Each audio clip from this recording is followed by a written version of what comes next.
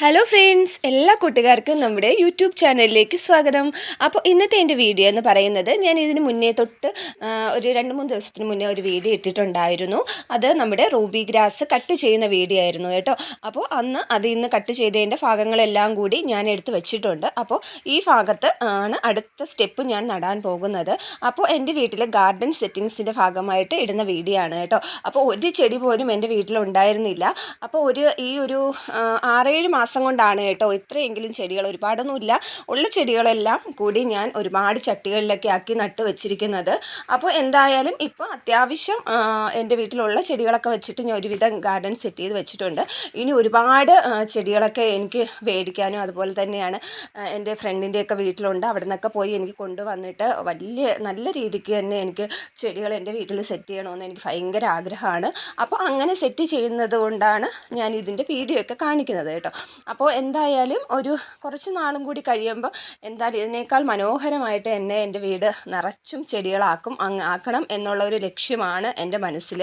അപ്പോൾ അന്ന് വെട്ടിയിട്ടതിൻ്റെ ബാലൻസ് എല്ലാം കൂടി എടുത്തിട്ടാണ് ഈ ഭാഗത്ത് നടാൻ പോകുന്നത്. ഇപ്പോൾ നല്ല മഴയൊക്കെ ഉള്ളതുകൊണ്ട് തന്നെ അവിടെ വെട്ടാനൊക്കെ നല്ല രസമുണ്ടായിരുന്നു കേട്ടോ. നല്ല പദമുണ്ട്. നമ്മളിവിടെ സാധാരണ ഇങ്ങനെ മണ്ണിളക്കത്തിനൊക്കെ നല്ല പദമുണ്ടെന്നൊക്കെയാണ് പറയാറ്.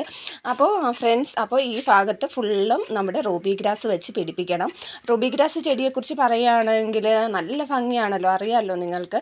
ഇതിൻ്റെ കളറാണ് കേട്ടോ. അപ്പോൾ ഈ ഭാഗത്ത് ഇത്തിരി തണലാണ്, എന്നാലും ഇതിന് നല്ല വെയിലാണ് കേട്ടോ ആവശ്യം. പക്ഷേ തണലുള്ള ഭാഗത്ത് ഒരു ചെറിയൊരു കാപ്പിപ്പൊടി കളറിലായിരിക്കും ഇത് വളരുന്നത്. പക്ഷേ നല്ല വെയിലുള്ള സ്ഥലത്താണെങ്കിൽ നല്ല നമ്മുടെ നമ്മുടെ മുന്തിരി വൈൻ്റെയൊക്കെ ഒരു കളറായിരിക്കും കേട്ടോ.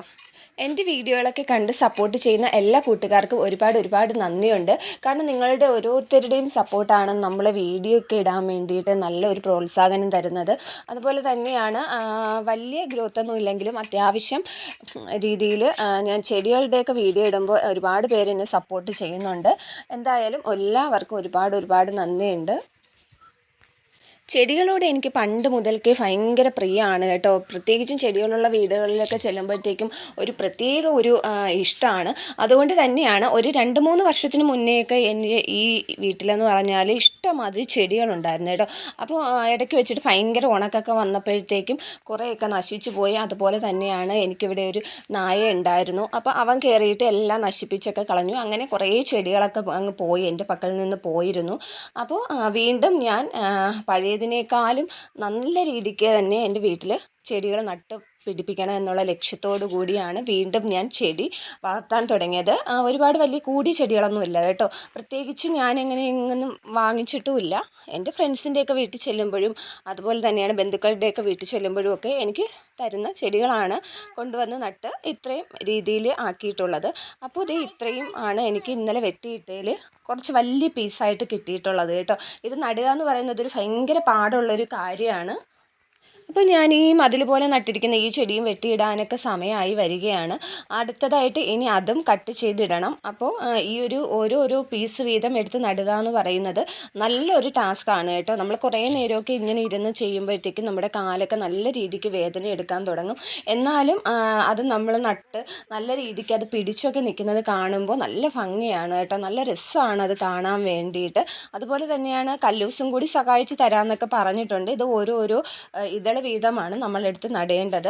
2-3 ഇതളൊക്കെ ഞാൻ വെച്ച് നടുമ്പോഴത്തേക്ക് അതിൽ ഏതാണ്ട് ഒന്നൊക്കെ പിടിക്കാറുള്ളൂ കേട്ടോ. അതുകൊണ്ട് തന്നെ ഞാൻ അടുക്കിയാണ് നടാറ്. അടുക്കി നടുമ്പോഴാണ് നല്ല ഭംഗിക്ക് ഇത് വളർന്നു വരിക. ഈ ഒരു ചെടിയുടെ പ്രത്യേകത എന്താണെന്ന് വെച്ചാൽ വെയിലുള്ള സ്ഥലത്തും അതുപോലെ തന്നെയാണ് തണലത്തും ഒക്കെ നടാൻ പറ്റിയൊരു ചെടിയാണിത്.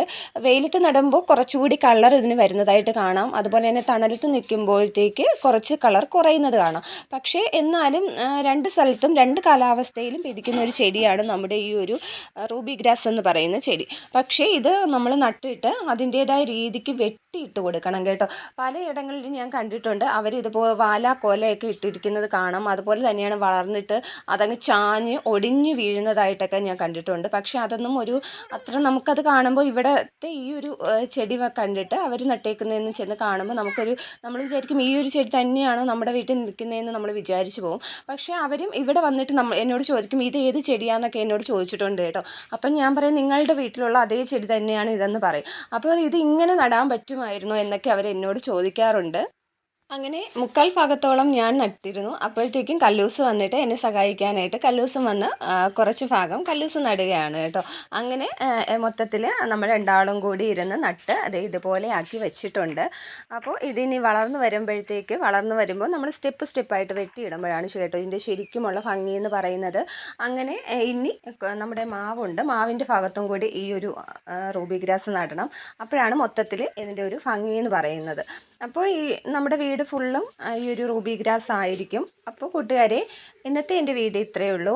അടുത്ത വീഡിയോയുമായിട്ട് കാണുന്നത് വരേക്കും ബായ്. അപ്പോൾ എല്ലാവരുടെയും സപ്പോർട്ട് ആവശ്യമാണ്. പറ്റുന്നവരൊക്കെ കണ്ട് സപ്പോർട്ട് ചെയ്യണം. അപ്പോൾ എന്തായാലും മൊത്തത്തിൽ എൻ്റെ വീട് ഒരു കുറച്ച് നാൾ കൂടി കഴിയുമ്പോൾ നല്ല രീതിക്ക് ചെടി വളർത്താൻ പറ്റുമെന്ന് തന്നെയാണ് എൻ്റെ വിശ്വാസം. അപ്പോൾ ബായ്.